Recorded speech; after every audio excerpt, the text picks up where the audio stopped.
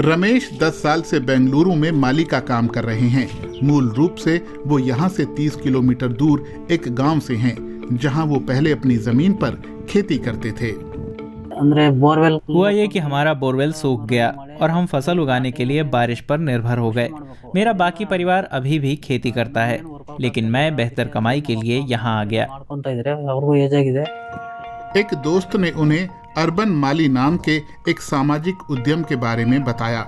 ऐसे किसान जिनके पास काम नहीं है, उनकी जानकारी, उनके ज्ञान को शहरी जरूरतों के लिए इस्तेमाल करना अर्बन माली का मकसद है। उत्तरी बेंगलुरु में रहने वाली अनुराधा भी उनकी एक ग्राहक हैं। बतौर HR मेरा काम बहुत समय मांगता है, घंटों काम करना पड़ता है। अपने छोटे बागीचे का ख्याल नहीं रख पाती थी, लेकिन चाहती थी कि कोई मिल जाए देखरेख के लिए। पौधे ठीक से खिलते रहें, सब्जियां उगती रहें और मैं जब चाहूं अपने बगीचे से ताज़ी सब्जी ले पाऊं।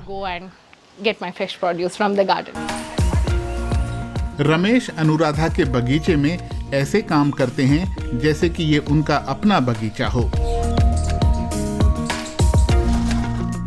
अर्बन माली स्वास्थ्य और पर्यावरण पहलुओं का भी पूरा ध्यान रखता है।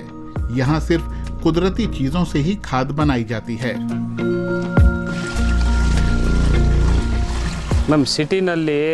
अपने शहरी बागीचों में हम केमिकल नहीं डालते। गीली जैविक खाद डालते हैं, जिसे जीवामृत और पंचगव्य कहते हैं। खेतों में इस्तेमाल होने वाले केमिकल खतरनाक थे। मेरी त्वचा पर फफोले पड़ जाते थे, उनसे दमा भी हो जाता था।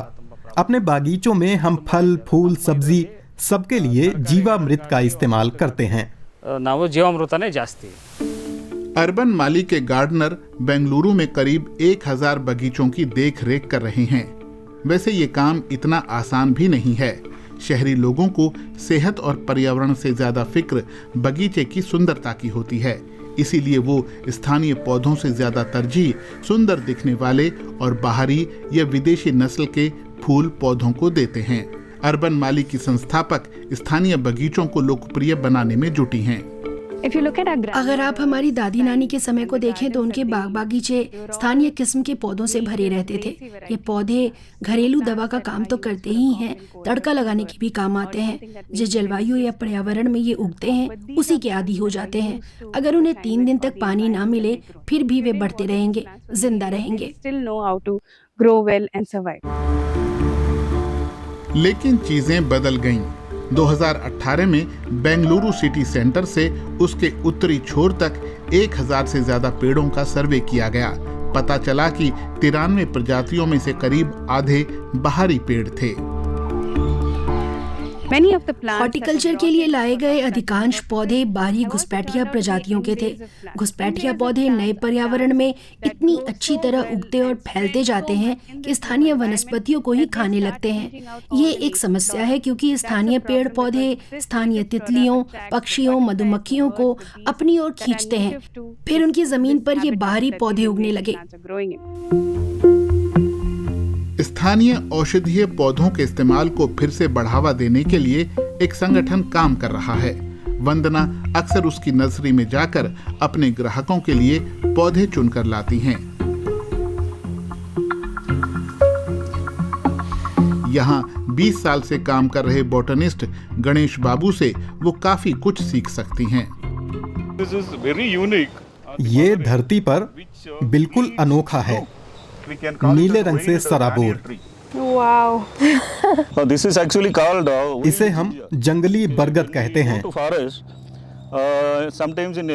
ये जंगली अदरक का पौधा है।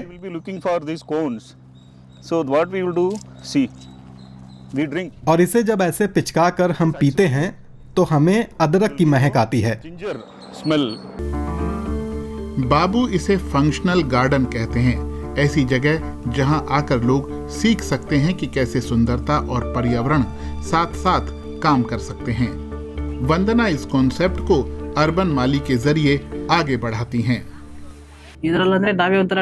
बागवानी के काम में हम लोग डॉक्टरों जैसे हैं। मेरे लिए ये काम आसान है। काम के घंटे भी सही हैं। मुझे अपना काम वाकई पसंद है। शहर में मैंने फैक्ट्रियों और कंपनियों में नौकरियां की हैं। मुझे लगता है कि इतने साल बेकार बर्बाद किए और कमाया भी कितना कम। अब कड़ी मेहनत करता हूँ और अपना परिवार पालता हूँ। गांव से आए लोगों और शहरी समुदायों दोनों को इस पहल का फायदा मिल रहा है।